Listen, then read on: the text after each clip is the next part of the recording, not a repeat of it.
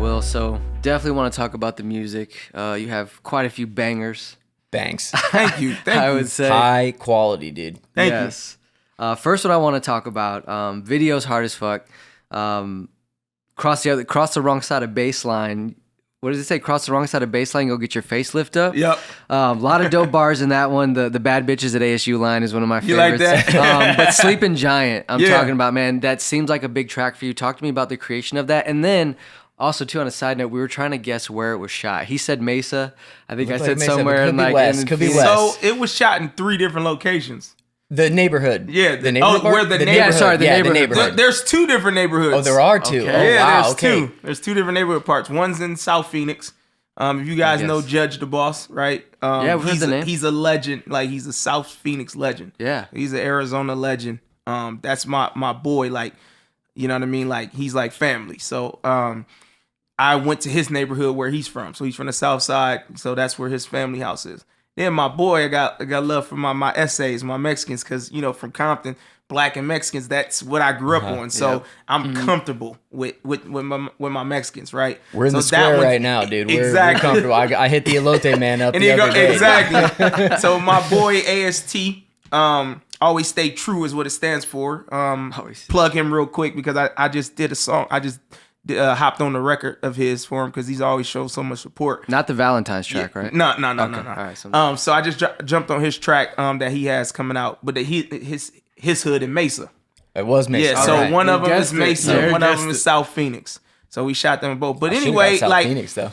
what I wanted to do was Arizona's a fucking melting pot, right? Like Facts. it's so many people from Everyone here is from somewhere else. And Californians it's a lot of us here. You know what I'm saying? Yeah. So many of us here. And I wanted to do a record where it was about like me being from Cali, but showing love to Arizona. Yeah, that's what I love So about I it. wanted to do that because like a lot of people go to places and, you know, they just claim or talk about where they're from, but they don't talk about, you know, where they're at. You know what I'm saying? So that was my way of giving back to Arizona and to Phoenix. It was being like, okay, I'm making this record where I'm talking about Arizona got bad bitch. Because when I lived in LA, bro, I remember when I was telling my boys I'm moving to Arizona, I was like, what the fuck, you about to be on a skateboard? Like, skateboard, like you about to skateboard with fucking cactuses, you can't breathe, like it's dry, there's nothing to do, you're just in dirt. That's like, what everybody thinks. Everybody dude, thinks that way. So I wanted to talk about how ASU got some of the baddest chicks you'll ever see. Take a walk down Palm Walk, dude. Like Yeah, you just see him. Like my brother was going there, and he would bring me to the little college parties and shit. I'd be like, man, goddamn. So like, we need to talk about that. Now they're starting to really notice. It's all like, the Oregon girls. Yeah. You know what I mean? They're starting to notice. There's You a can lot only of be the top beautiful party school women on the here. list for a decade before people Right. notice. Exactly. Finally, you're like, what's going on Finally. down there, dude? So that song was really just a thank you to Arizona and, you know, welcoming me with open arms and, you know what I mean, allowing me. I always say that you're allowing me to share my talents here. You know what I'm saying? So that's what Sleepin' Giant is about. It's produced by Nove Dezoner, who is also a Arizona legend as far as producer, right?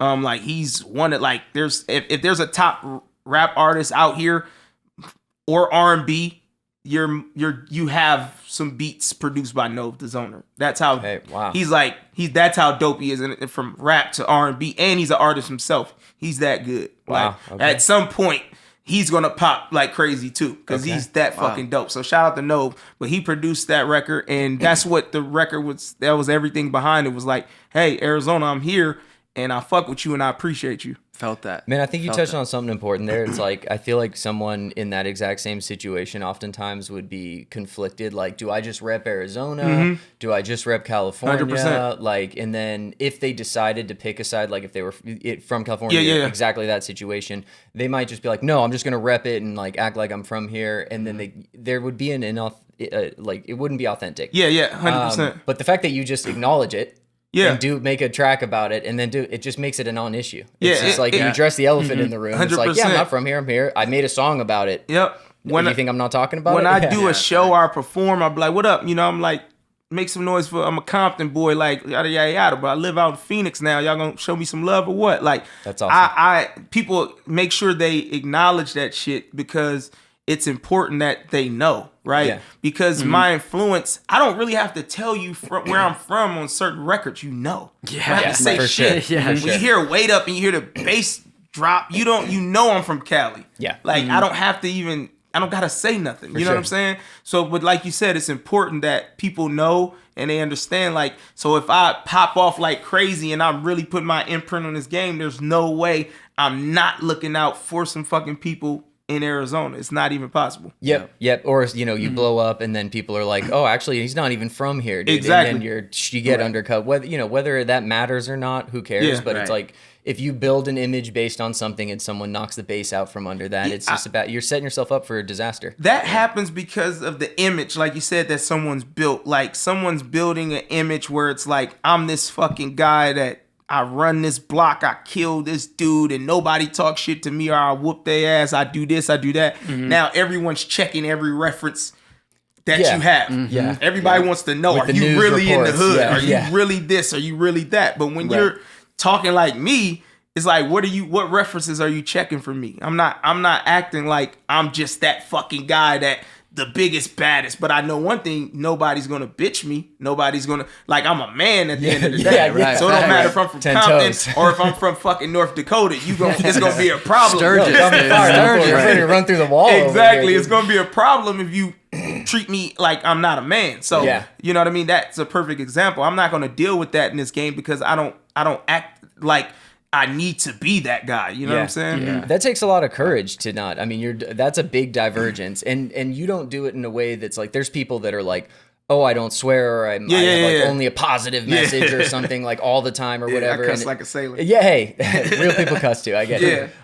Here and there, but yeah, man, I think it's just it's cool that you're able to differentiate yourself that way. And then at the end of the day, a lot of times people listen to music to relate to things. I also like it because it lets me explore points of view, feelings I'm not familiar with. Like, I love that about it. But I think if you looked at people just that are casual music listeners, they want to relate to the song. Like, you know, it's 5 o'clock somewhere was a big song for a reason, you know? And when you make music that is about your path, which is a lot more relatable to the average person than that, I think that matters for some and you'll hear more of my music, and I have lines like, I made $100K and I ain't never sell a brick. Like, I have, verses where I'm talking about my struggle, and I have things where I'm talking about making money, and I'm saying how I got all the shit legally. Like, I am talking like that, you know what I'm saying? And like you said, it takes courage, but it's just like, I'm actually a fucking... I'm a double-sided sword. Is that what they call it? Double-edged sword. Because like I'm a fucking from Compton and I do mortgages. Like it can't get more opposite of like the type of person that they think I'm supposed to be. Right. So it only makes sense that I make music like that. Also, it's like one song you might get me like yada yada yada. I fuck you up. But the next song you might get like, bro, I'm just trying to be cool. Just like, trying to get my weight up. Just trying to get my weight up. And I want everybody. To eat with my girl. Exactly. Order a 1/2 pound of brisket. And dude, I was trying to do the math. Dude, she had like 2 pounds of food in that bitch, dude.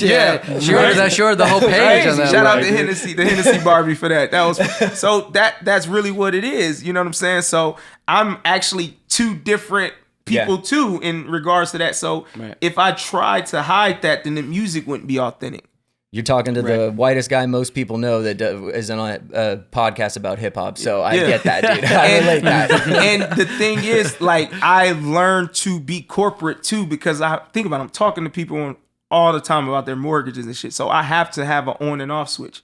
So when I hang up the phone, drop my headset, man, fuck this shit. Like, now make sure the mute button. Turn the customer service voice off. Listen, my mute button game is strong. Like, I can use that button so quick. But yeah, man. So getting caught with a hot mic. Many a bad man have failed due to a mute button. Dude. Listen, that's how it goes. So at the end of the day, I danced with the devil one time on that accidentally, and it wasn't anything too bad. Scarred me for life on work calls. Never again. I had one. First thing I'm looking for is that mute button, dude.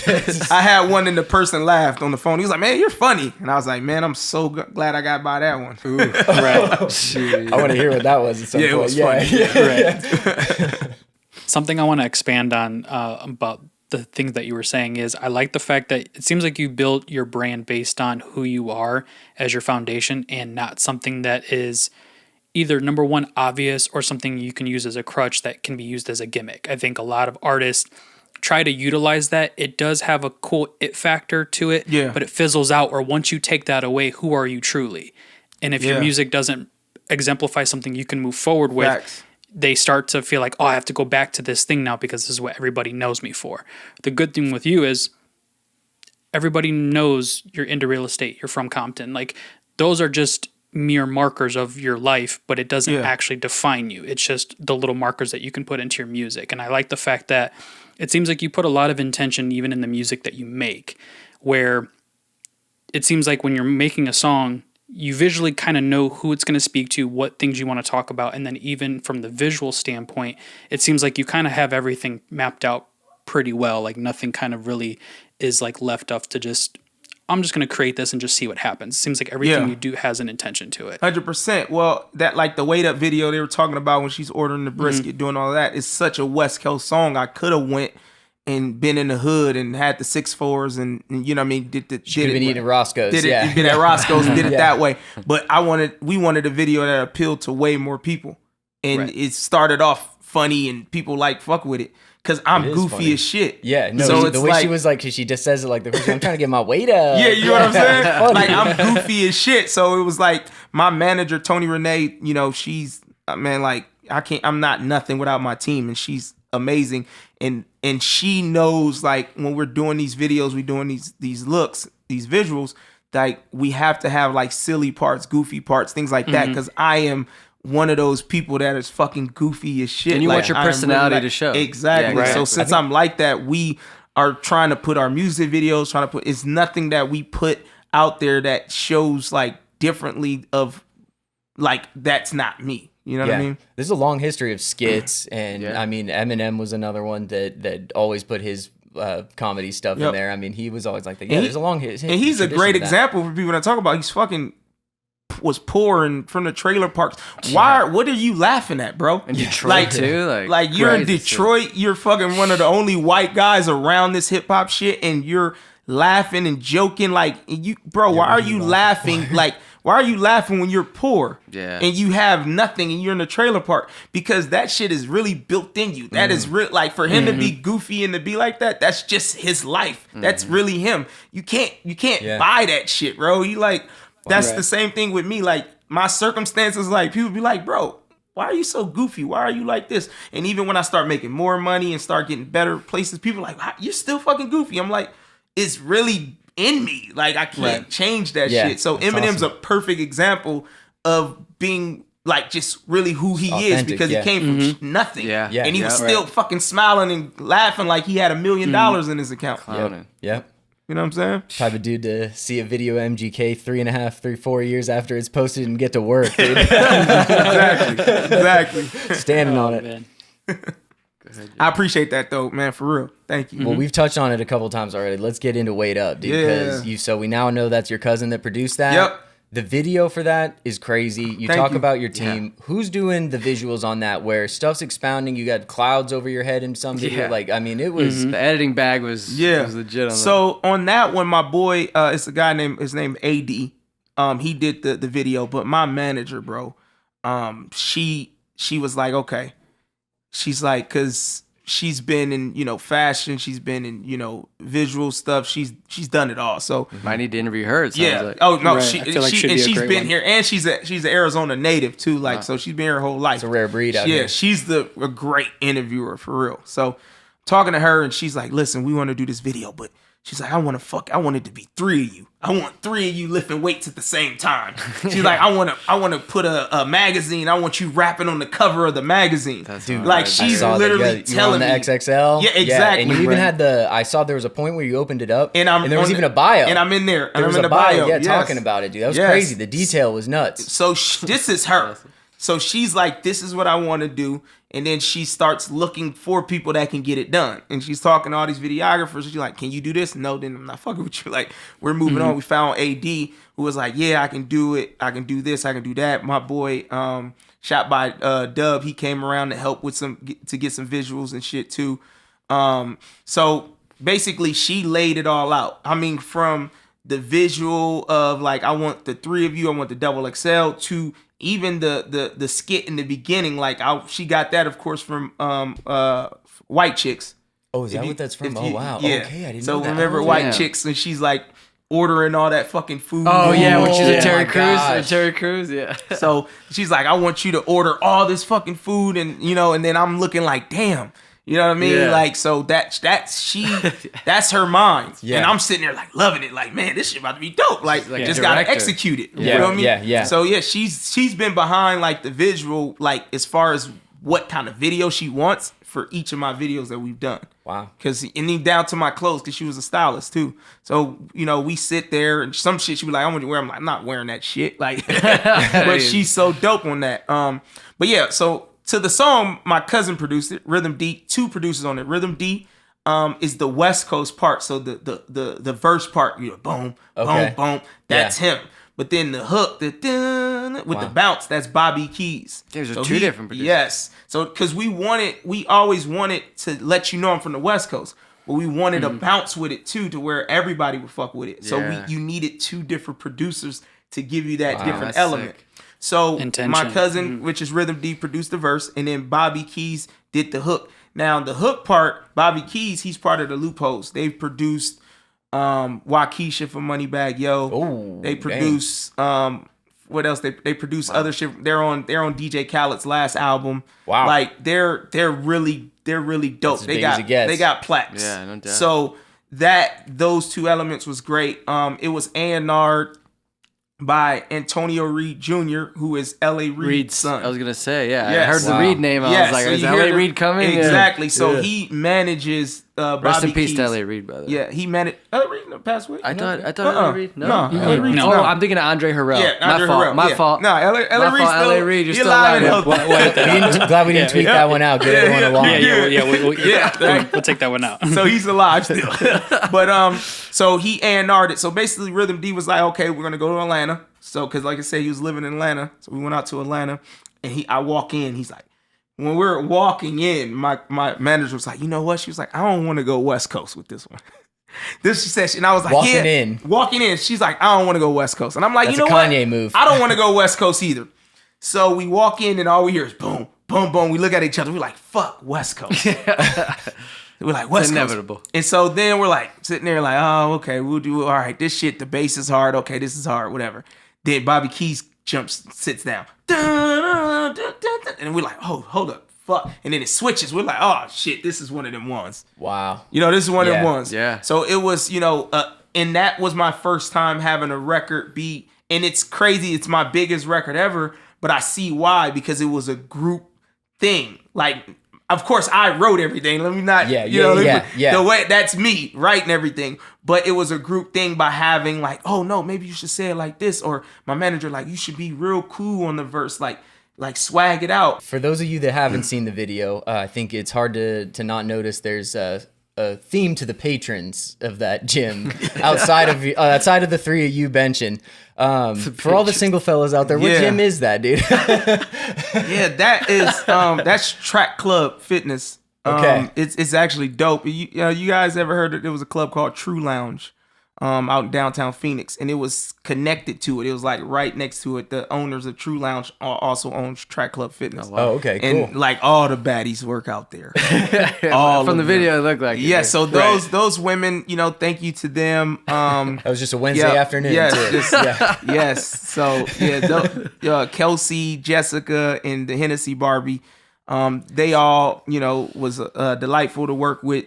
Professional, cool, chill. None of them stuck up. None of them act a certain way. Like it was all good vibes, the whole video. So that's what made it even more fun. Because when you're doing stuff like that, trying to have fun, you need that kind of energy. Yeah. But all the baddies work. I don't actually work out that gym because I live about 45 minutes from there, so I work out at Lifetime because I'm not driving all the way out there. But Lifetime's where it's at. Yeah, so everybody, if you want to see some baddies, Track Club Fitness is where the baddies are. Now you know. All the single They fellas are out there, all at Track Club, and they're probably going to drop this on their Instagram when you drop this. Hey, dude, but let's all go. the baddies there. We'll give them a tag. We'll give them a tag all the for sure. baddies are there. Drew, Be ready to clip that, Drew. Yes. Oh, yeah, We Make are a good one. available Make a for good one. promotion. Man, y'all should be paying me for this drop. Man. So yeah, that's where all the baddies work out at. And my boy Clip Gibson, he's a dope personal trainer. So he actually trains out of there too. And he focuses a lot on the women too. So he does like a lot of the like basically getting the baddies right. Getting all the baddies right. Go to Clip. Instagram post boot camp. Yes. If you wanna get your body right for all the females out there, go to Clip. If you want it by any means, maybe. Yes. Go to Clip. Yeah, so speaking of what Jared just went into, man, I mean, by any means. I heard that sound bite. I heard it. I mean, produced by Drummer Boy? Drummer Boy. Come on, man, talk to us. Listen, man. Drummer Boy cool as shit. Yeah. He does not, if you talk to him, chill with him, you would not know he's a platinum producer. You wouldn't know that he was the man behind No Hands, Put On, Down on Me, Money to Blow, Shoddy, Throw Some D's. Come on, dude, this goes on. Those are some legendary. And he just dropped a book. For our age, dude. Yep. He dropped a book? He just dropped the book. Dropped like a, it's called like something behind, and I don't want to misquote it, but it's like behind the hits, something. It's called something like that. Okay. So he's talking about like, So it's talking about behind stuff the hits. like that. Drummer Boy speaks his mind. Yeah. It's Drummer Boy behind the hits. Yep. See, I bought it to support. Nice. But he's the coolest dude that you'll meet. Like, he is really down to earth cool. You only know that he did all that shit once you walk into his studio. Okay, once you walk in, the plaques lined up. So he has this dope condo that he's been recording out of. In the A, right? In the A. Forever. So I'm talking about when fucking Jeezy and all them would record, it was at the same place. I put on. So he's really him. That's crazy. You know, so I did this, and shout out to Arizona. We go back to AZ. I did this Southwest Alliance call. Shout out to DJ John Blaze. Denver's own K-Tone. All of them, they have a thing called Southwest Alliance. I don't know if you guys heard about it. I haven't, but we've been hearing Colorado pop up. Yes, there's Colorado and Arizona is very tight knit with this music scene. We've heard this multiple times. Just recently too. And it's because of the Southwest Alliance. So you have y'all need to bring Salt up Lake City Four part corners. of that. Utah, Salt Lake City is a part of it too. Okay, that's awesome. We got some soaking rap, and some Mormon rap, LDS rap up there, dude. So you're talking about it's called Southwest Alliance. DJ John Blaze is he's the one who got me connected in it. That's my guy. He's a legend out here, legend DJ in Phoenix. But it's Arizona, it's New Mexico, it's Utah, it's Denver, Four corners, Arizona, Texas, wow. Atlanta. So it's all of them. Whoa. They call it Southwest Alliance. Hey, Atlanta's generous calling that Southwest. Yeah, we just watched the Pimp C interview where he said it was East Coast. All right, it was heated. We're crossing two time zones there. Yeah, exactly. So I don't want no problems, Pimp C, but I want know who said that. Yeah, Pimp C. It's a legendary interview. He like gets into an argument, and they were because he had said that Atlanta was like not part of the South or something like that. Just because it was like East Coast time zone. He's like, when I get off, I gotta put my phone in my watch in East Coast time. That's crazy, man. So it's the Southwest Alliance. So they have these dope phone calls where every week they bring on artists that are from different places. Like, they don't have to be just from any of those places. They bring them from everywhere, and they play their music to all of these DJs. They'll have like 60, 70 DJs on the call. Wow. And you can play your music to all of them at one place. And then you get what I'm saying? That's so it's reaching all of them. Wow. Yeah. And they all network. So when one has a hot record or hot artist, they send it over. So like when I was trying to network and move around, he's like, hey, we got this artist, Sir Will. Like, this is music. Then next thing you know, I'm opening headlining in Denver. Because now he connected me with the Denver guy, and then Denver people will send their people to the, like, if you had gone to the AZ Hip Hop Fest, it was a lot of Denver artists performed. Wow. Because they're bringing them from that connection. You know what I'm saying? That's pretty cool. Yes. Wow. And so these are DJs just all over. They could be playing a club, radio, whatever it is. Exactly. You want them playing in the club. Okay. Yep. So I just got one for my new single. I just did the call on Tuesday. And now they already have the record, and now it'll be playing in all these places for whatever DJ want to play it. Man, and you can just reach them in that one call. And awesome. They give you feedback too. They can tell you, oh, this record's, most of the time, one of these DJs are vouching for them, so it's a record that's good. Yeah. But they're giving feedback about these records. You know what I'm saying? So awesome. I did a DJ call. I have a song called Fuck Y'all. And people love that song. Just the lyric, I call it lyrical exercise. It's a song I'm just rapping. Yeah. Right? And I played that song on there, and Drum Squad, which is Drummer Boy's thing, one of his people were on the call. Damn. Along with one of Zaytoven's people. I have a song with Zaytoven too. Whoa. Yes, there's a lot of connecting in Atlanta now, right? 1 degree away from Fuge. Yes, that's crazy. So I'm connected with both of them, but they reached out to me in my DM. We chopped it up, yada yada, and it was like, yeah, we're gonna, I think, you should connect with Drummer. And I'm like, man, like, I think I should too. I think I should too. Stop bullshit. Stop playing. Phone rings. What up, bro? This Drummer. I'm like, fuck no. I'm like, no, this not Drummer Boy. Come on, no, it's not. Stop playing. He like, yeah. I'm like, no, this not Drummer. He's like, yeah, bro. And we're chopping up. He's like, when can you be in Atlanta? I'm like, tomorrow. And this is right after. This is right during where they start loosening up COVID. Okay. So like some people are still wearing masks and shit, but like they're loosening it up. Like travel. You could travel, you're on the plane, but you gotta wear a mask on the plane. Yeah. He's like, yeah, you can come down. And I'm like, okay, I'm gonna be down on this date. I get COVID. I'm like, man, you gotta be fucking shitting me. Like, how do I get COVID at this time? I didn't get it bad though. Like I was good. Yeah. So I get COVID and I didn't take the test and now I don't have COVID, but I got this fucking cough that won't go away. Like I got it. I'm like, there's no way in hell I'm rescheduling Drummer Boy. Like, I'm going. Yeah. Like, I gotta go. Yeah. So I'm popping cough medicines. Yeah. I'm popping everything to stop this cough. Shout out to Dayquil. Everything. Yeah. Everything. So my manager is like, you need this fucking, it's called a medicine ball or whatever from Starbucks. It like helps your throat. Like, it got honey in it, got all this stuff. So I'm drinking this, popping all these fucking cold compressors and all this fucking Dayquil. I get to the studio, I smell like medicine. You know what I mean? Mix. I smell like medicine. Ball. That sounds like the Jeffrey from Get Him Ready. Yeah, that sounds dangerous. And so the way he worked was dope because I got to see how different Atlanta is than everywhere else and why they're really like that. Yeah. So we get in the studio. He's like, okay, I need you for 3 days. He's like, for 3 days, we're going to record for 6 hours each of those days. And what we do is, and literally how he does it, he like plays beats. He plays a beat. I pick the beat. And then I go upstairs and record, come back down, play the beat, pick the beat. I go back and we just keep doing it. Wow. So in so we ended up doing in 3 days, we did like fucking 10 songs. Damn. With drummer? With like drummer. A whole album. Mm-hmm. Wow. Yeah. That's how like they're doing 20 song mixtapes fucking like that because they're just giving out beats and they're just taking a week and they're just recording all that. Taking 6 months off and still putting music out. Yeah. And so I'm seeing how, and that's the first time I've seen like, I don't do that. I write and I like to write my shit, then I record. You know, I don't do the punching in like they do a lot of the wave now is I punch in and you just rap because a lot of it's heavy auto-tune and they melody. So they kind of sing the song and then they go back and they do that. But I got to see like, cause I'm talking to to an engineer who's engineered for Future and engineered for these artists. And he's showing me like, this is how you do it if you want to do it this way. So one of the songs I did it that way. I just rapped and then I just did, 2 bars, rap, 2 bars, rap. And I got to see all of that shit, how they really do it in the A. Cool. You know what I'm saying? Yeah. But the first record we did was By Any Means. It's the first record. He played the beat. I picked that one. That was the first one. And then this is when my life changed again.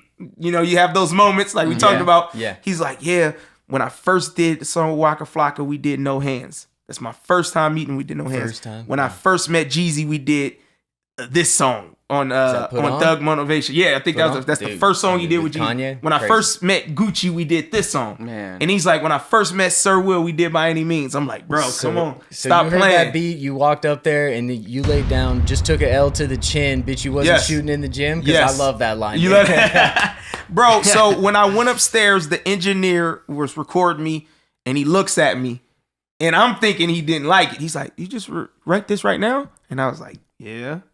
He's like, man, this shit hard as fuck.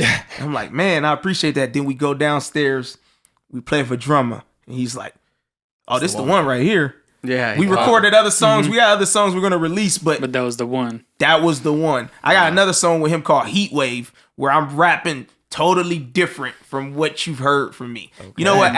When we cut these cameras off, I'll let y'all hear that. All shit. right, dope. Because I got a soundbar and a subwoofer just waiting to hear. I'm gonna let y'all hear it. But it's like that working with Drum Boy changed my life. And the thing is, bro, it's not a thing where I'm just talking to drummer and it's just business. Like he treat me like family. That's crazy. I mean, you came out there for 3 days. Like we came out for 3 days, but I went back now. I've been back and forth to Atlanta because I did the video By Any Means. Yeah, you did the video. A year later. Right. Wow. So Like, I went to Atlanta on another occasion. He hits me up. I post some shit on my IG. He hits me up. He texts me. He's like, bro, you in Atlanta? Don't fucking tell me. And I'm like, I'm like, bro, you're a drummer boy. Yeah. It's like I can't. You busy, dog. You busy, exactly. bro. I'm like, and then I'm like, he's like, what you doing? I'm like, I'm at this place. And he's like, all right, bet. I'm sitting there. We're chilling. Fucking drummer boy walks in. Wow, he's like, just pulls up on me. He's like, what up, Will? And he walks in, and I'm trying to get there, bro. He walks in, and like everybody, there's a cover at the door. Like, you got to pay. He walks in. They're like, oh, that's drummer. He just walks by. I'm like, you motherfucker. Damn. Like, I want to get there. Yeah, exactly. Like, they just know you're drummer boy. He just walks in, but he sits there, chills with me for a couple hours, and dips out. I'm like, hey, bro, we're gonna do the video. He's like, just call me. I'm like, we want to shoot it at your studio, like, cause we want that feel on how we actually wrote the song. He's like, man, just let me know whatever you need. Like, he's that fucking guy. That guy. Wow. Yeah, like he's a good dude. So cop his book. So we're gonna do that. No, I'm definitely have to give it a cop. Yeah. Hey, Will, listen, man, this has been better than we could have imagined. Thank you. You gave us backstories on backstories. Thank you. We got a lot of content to put out. Send us off on a good note, my man. We appreciate you coming through. What can the people expect? What can they look out for? Yeah, so really, I'm actually getting ready to drop a mixtape soon. It's called The Switch Up. And the reason why it's called The Switch Up is because it's going to be songs on there that's a different kind of style that you haven't heard from me. So it's still going to be Sir Will, because you're going to get that, but it's just going to be different than the records that I've already released. So it's going to be a different feel. And I'm kind of giving you a taste of that with my record I'm dropping called You and I. Okay. That drops. I just announced that drops on Valentine's Day. Yeah, I saw that. And that is just a fucking vibe. Like, it's such a vibe. It's for the ladies, but it's cool talking from the men talking to the ladies. So you kind of get both. And I got one of my boys, I had him create, because like you guys said, it's always something where you are planning this shit. Mm-hmm. So when I first heard it, I start two-stepping. So I had reached out to my guy, I had him create a two-step for it. So it's a two-step dance along with the song. Wow. So I just released the challenge today. I'm doing $100. And they get to pick a piece of merch for whoever creates the best iteration of the two-step. Wow. Okay. So, let's go. You know what I mean? So, and I just actually got off a sync call. For the people that don't know what sync is, that's basically you submit your music to be put on movies, TV shows, and all that other stuff. We heard about this. And I just submitted You and I, the record that drops on Valentine's Day. They just hit me up. They was like, you know what? We're going to probably get this on Bel Air, or we're going to get this on a TV show or some movie. This is going to be on something soon because it's easy to market this song.